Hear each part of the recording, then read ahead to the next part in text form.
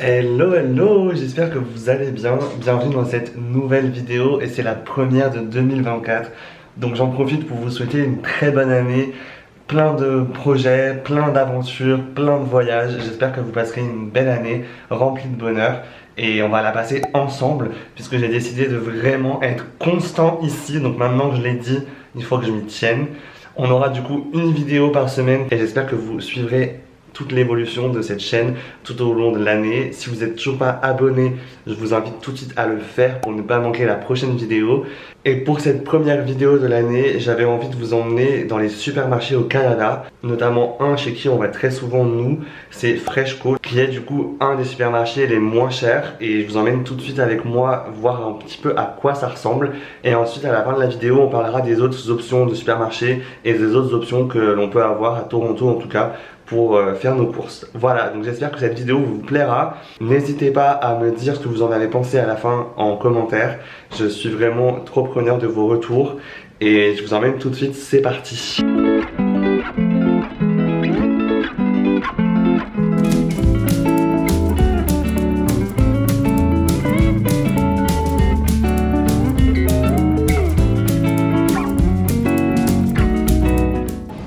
Non mais regardez-moi la taille de ces légumes ici, c'est un délire. Je sais pas si comme vous il y a beaucoup de gens qui mangent veggie. Il y a énormément d'alternatives pour les veggie. C'est trop bien, je vais vous montrer tout de suite le rayon.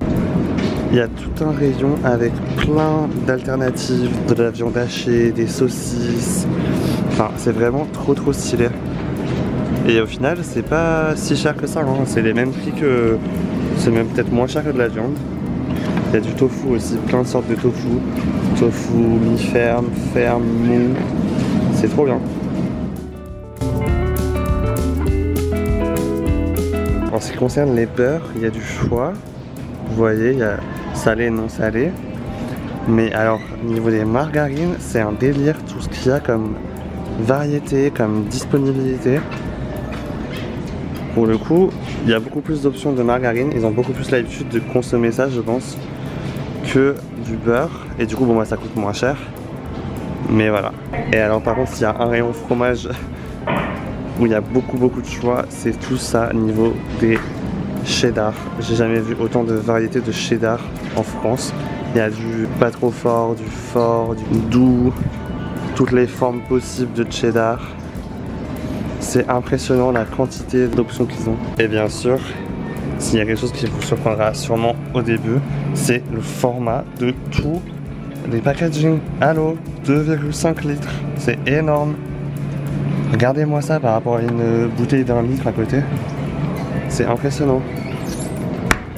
Et alors s'il y a bien un rayon qui est vraiment différent de ce qu'on a l'habitude de voir en France, c'est le rayon des yaourts. Il y a vraiment beaucoup moins de choix de desserts et de yaourts en France. C'est assez perturbant au début et surtout le prix que ça coûte en fait. C'est super cher. Je vais vous montrer, regardez le rayon. Il y a beaucoup de gros pots comme ça de 500 grammes ou 1 litre. Et après, niveau yaourt, c'est tout. Voilà, on est arrivé à la fin. Il n'y a pas grand chose, hein. Il y a des yaourts aux fruits quand même, c'est bien. Mais tout ce qui est danette, tout ce qui est, je sais pas, ouais, tous les petits pots de la laitière et tout, ce genre de choses, il n'y a rien. Donc ça, c'est quelque chose qu'il faut que vous ayez en tête. Il y a aussi un truc que je voulais vous montrer. Ça, c'est l'équivalent d'une espèce de crème un petit peu épaisse. Mais alors c'est beaucoup plus acide. Donc suivant ce que vous avez besoin de préparer, c'est pas ce qu'il vous faut. Pour les férus de pâtisserie, je vais vous donner la différence entre ça et ça. Ça c'est le baking soda, donc c'est du bicarbonate de soude. Vous pouvez vous en servir pour à la fois la pâtisserie, les gâteaux, mais aussi pour la cuisine, pour nettoyer les choses et tout. Et ça par contre c'est la baking powder. Bon alors normalement c'est pas celle-là qu'on prend, mais c'est pareil. C'est l'équivalent vraiment de notre levure chimique en France, type Alza et tout, c'est la même chose, c'est ça. Ça se trouve souvent sous forme de pot et c'est plutôt pratique parce qu'encore une fois tu l'achètes une fois et ça te sert pendant les 6 prochains mois, voire l'année entière quoi. Donc voilà. Je voulais aussi vous parler du lait en sac qui nous a quand même pas mal interloqué au début. En fait, il s'agit dans ce packaging de 3 poches de lait que vous remettez directement arrivé à la maison dans un pichet et ça vous permet du coup de payer le même prix qu'une bouteille en carton de 2 litres de lait, vous en avez là 4 litres pour le même prix du coup. Vous trouvez aussi tout ce qui est soda bien à l'américaine. Nous, on n'est pas du tout consommateur de tout ça. Vous avez aussi le root beer. Alors ça, c'est vraiment une spécialité canadienne apparemment. Je sais pas exactement à base de quoi c'est fait, mais je goûterai une fois juste pour vous en parler un peu plus. Tiens. Et bien sûr, le soda emblématique d'ici, le soda au gingembre Canada Dry. On en trouve en France aussi, mais là, encore une fois, les packagings sont immenses. Et voilà, ça vous donne un petit aperçu des sodas ici. Les produits du monde, là on est dans la partie un peu plus espagnole slash mexicaine. Voilà, il y a vraiment plein de choix. Si vous aimez un petit peu ce genre de cuisine différente et un peu plus épicée, c'est trop pratique. Bon, et après, niveau produits d'entretien, c'est sensiblement les mêmes prix qu'en France. Mais surtout, ce qui nous paraît très cher au début, c'est la lessive. Et comme vous voyez, il y a souvent des petites promos, histoire de sauver un petit peu de l'argent, c'est pas mal. Si cette marque, du coup, nous comprend, la Purex, et elle est souvent en promo, vous voyez, et dès qu'elle est en promo en général, on fait un stock parce que c'est quand même assez pratique. Et je voulais finir par le rayon surgelé du coup avec ces alternatives du coup à la viande notamment. On a testé les Beyond Burger qui étaient très bons. Et ici j'ai vu ce truc hyper américain slash canadien. On dirait en fait une espèce de saucisse enrobée d'une espèce de pâte frite. Bref, c'est un peu chelou. Et on a aussi tout ce qui est gaufres surgelées, ça j'ai jamais goûté, ça me donne pas spécialement envie, nous on les fait nous-mêmes. Et tout ce qui va être hash brown, des espèces de galettes de pommes de terre. On retrouve aussi, pour ceux qui se demandent, de la pâte feuilletée, notamment la pâte feuilletée de la marque Tender Flake, nous qu'on prend assez souvent, ou sinon de la pâte feuilletée de la marque distributeur. Et vous avez aussi d'autres types de pâtes pour vos desserts et des énormes quantités, encore une fois, de glace. Voilà, j'ai jamais vu des pots aussi grands que ça en France. Nous voilà de retour de ces petites courses chez Freshco et je voulais quand même prendre le temps de faire un petit topo sur les différents supermarchés et sur les petites particularités de chaque supermarché que vous pouvez retrouver du coup ici. Je vais prendre surtout l'exemple de Toronto parce que effectivement je ne connais pas beaucoup ce qu'il y a au Québec. Il y a quelques petites différences quand même avec le Québec, donc je ne vais pas trop m'avancer sur ce sujet. Je vais rester en ce qui concerne les supermarchés de Toronto. Je voulais du coup aborder le sujet en partant du moins cher à ce que je considère comme les supermarchés les plus chers.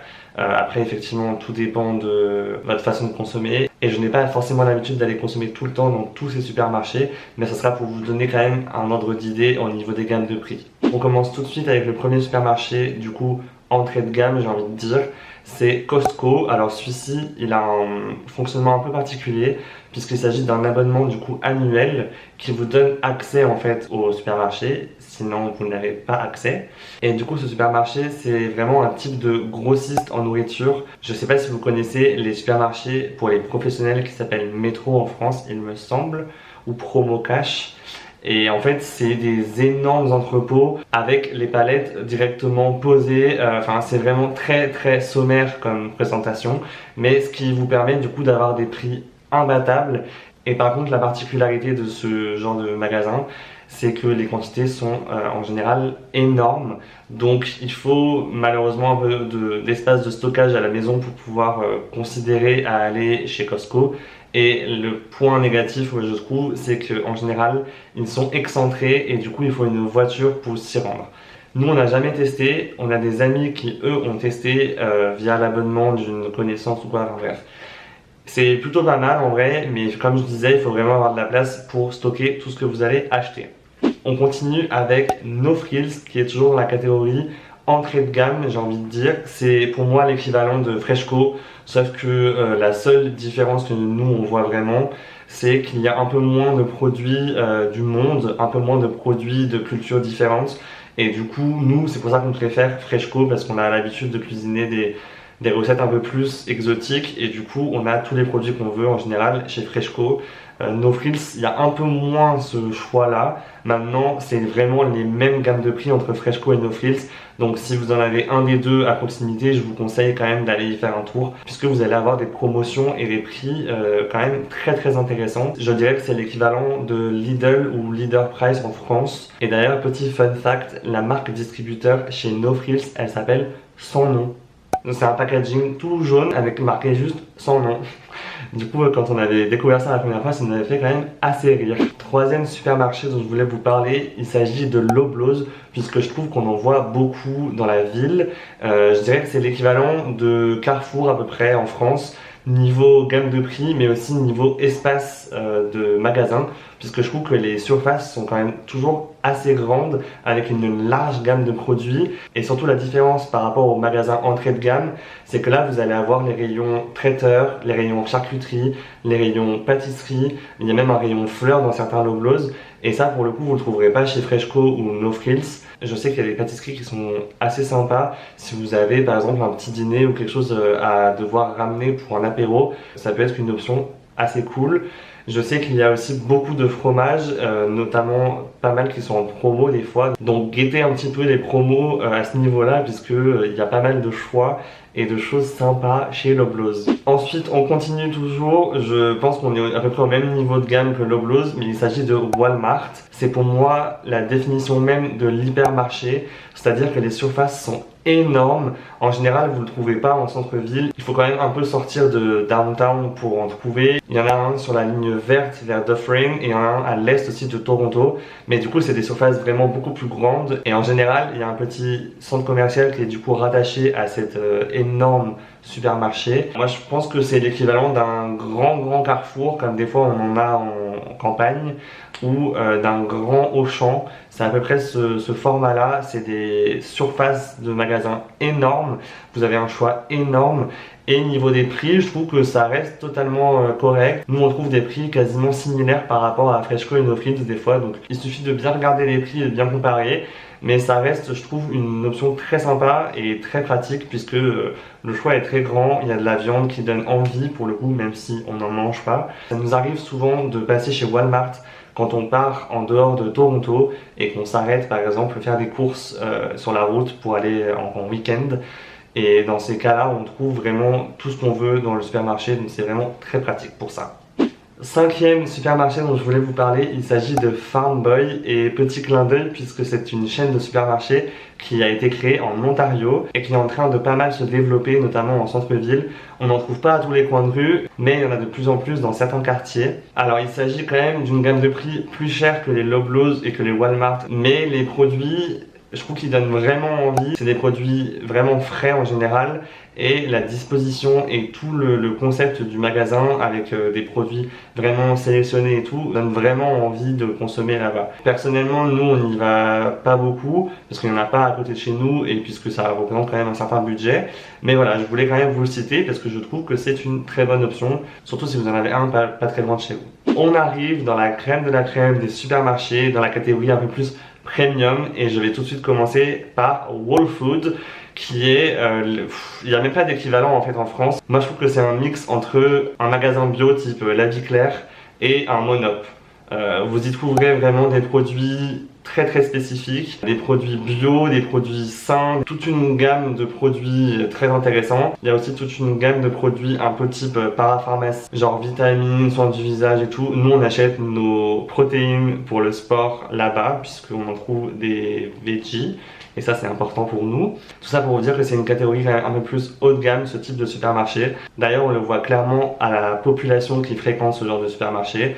Et aussi au fait que à la sortie des caisses, il y a des gens qui te mettent tes affaires dans ton sac. Ça c'est quand même un gage d'une certaine gamme de prix dans le supermarché je trouve. Et on finit par notre supermarché préféré je pense, celui pour nos petits plaisirs juste de temps en temps parce que c'est vraiment un délire. C'est tout simplement Summerhill Market. Je les trouve incroyables ces supermarchés, il n'y en a pas beaucoup, j'en connais deux en tout cas dans le centre-ville, je sais pas s'il y en a beaucoup plus. Mais il y en avait un juste à côté de là où on habitait avant et on est tombé dessus un peu par hasard. Et alors vraiment, mais ce supermarché, franchement, tout donne envie. Les produits sont hyper quali. Les produits c'est pas forcément des produits qu'on voit de partout. Il y a toute une partie traiteur et plats cuisinés qui donne vraiment beaucoup envie, des salades pour le midi et tout. Malheureusement c'est une gamme de prix qui ne nous correspond pas encore, bien qu'on y va souvent pour des viennoiseries puisqu'elles sont très bonnes et qu'elles restent quand même moins chères que si on allait dans une boulangerie. Donc ça c'est un bon plan, c'est un bon tip. Si vous avez un Summerhill Market pas loin de chez vous, je vous conseille d'y aller. Et surtout ce qui est cool, c'est qu'ils ont souvent des paniers Too Good To Go et ça vous permet de tester des produits très qualitatifs du coup à prix vraiment réduit. Pareil, nous on chope souvent un panier de viennoiserie pas cher du tout. On a eu un panier au début de l'année là pour 6 $. On avait l'équivalent de 35 $ de viennoiserie et de pain et tout.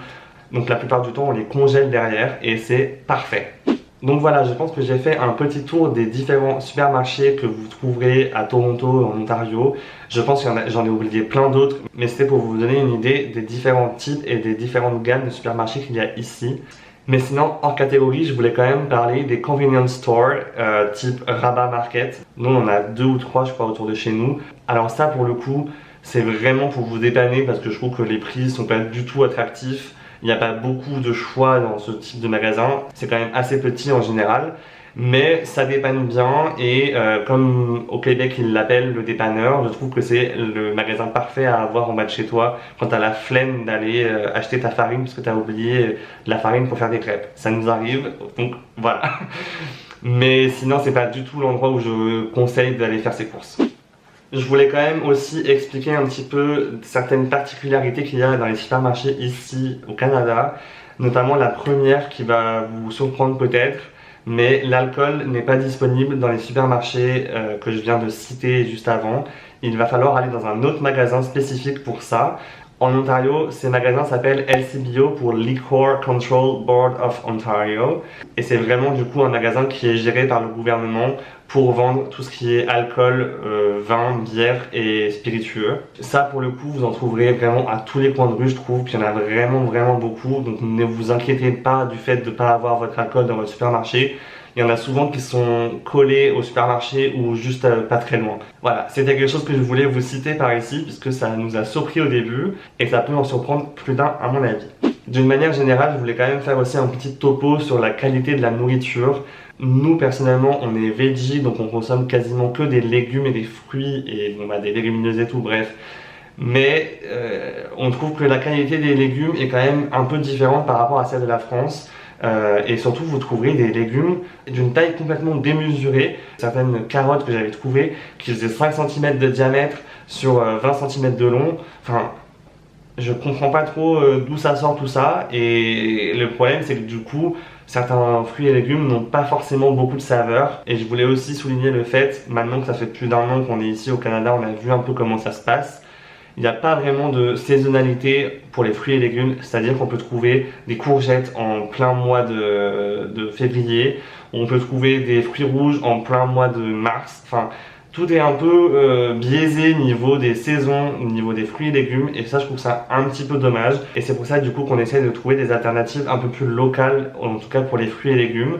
Et je vais vous en parler tout de suite puisqu'on a testé dernièrement une alternative qui est plutôt sympa, qui s'appelle Hot Bunch et qui propose du coup des box toutes les semaines qui sont livrées chez toi, devant ta porte ou à ton concierge, donc c'est vraiment hyper pratique.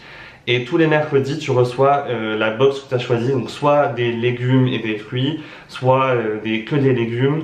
Tu peux prendre une taille différente de box. Nous, on prend toujours la All Veggie qui est à 46 $ et il y a quasiment tout le temps des codes promo. Donc vraiment, cherchez, mais il y a tout le temps moyen de payer beaucoup moins cher pour cette box.